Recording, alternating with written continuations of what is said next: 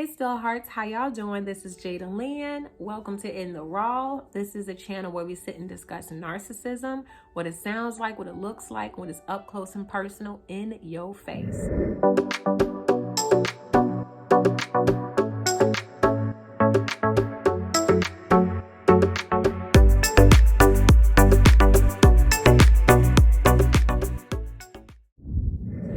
All right now, y'all, so I done put out a couple of childhood, memory video about my sister and I put out one about when we were adults. And I wanted to just say a little something quick on my mother. I remember my sister and I just sitting around conversating with my moms. And she just said that she's pregnant. She just came out and said that she was pregnant. And we all got excited. My sister and I, we were ecstatic. And it was like, oh my God, a brother or a sister? That's great. We just got we were so excited.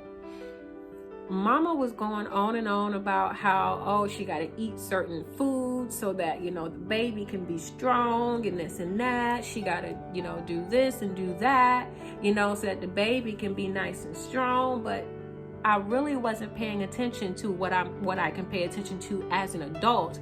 I wasn't paying attention that my mother was drinking beer. And I just wasn't putting two and two together because I was so young. My sister and I were so young.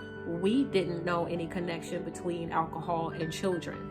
But my mother was sitting there drinking a can of beer because that's just what she does. In the morning, when everyone grabs a cup of coffee or tea, she grabs a beer. And that's just what it is. That's how it always been. That's how I know my mother to do. The minute she wakes up in the morning, she grabs a cold beer.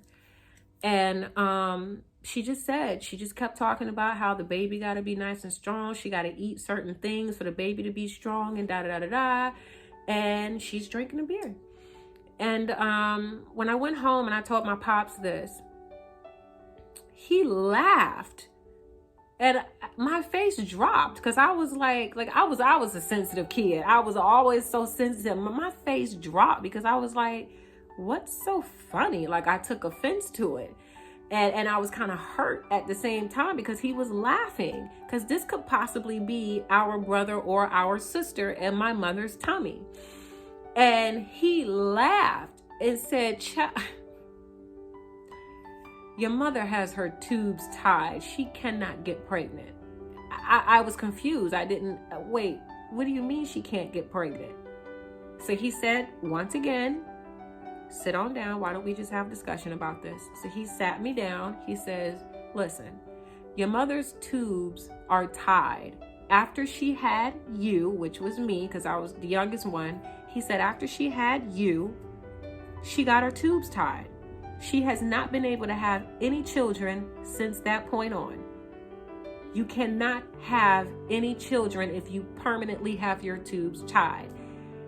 And when I heard the word permanent, I was like, so then why would she tell us these things? And that's when my pop says, I don't know. And then, of course, because he sees the look on my face, he hugs me, he gives me all of this love and everything, and he tries to make me feel good, and it's okay, and da-da-da-da-da, but this is what it is. And these are some of the things that just happened. And by the time I got about 13, 14 years old, I had just had enough of the lies and stuff. But Mama, when we went back over to her house for the weekend, Mama was back talking about how she was pregnant. And then how she, out of nowhere just lost a baby. Like, do you know how, that's not cool for people who, to go around tricking your kids into believing that you're pregnant, that you're having another child. And there's people out here in this world that can't have children or that are having a hard time having children. So as I became an adult and I thought about that, it's like, that's a really cruel joke that's something cruel to do to your children. But I'm going to leave it there. That's my mom's. I'm going to leave it there. All right. I'll see y'all in the next video. you.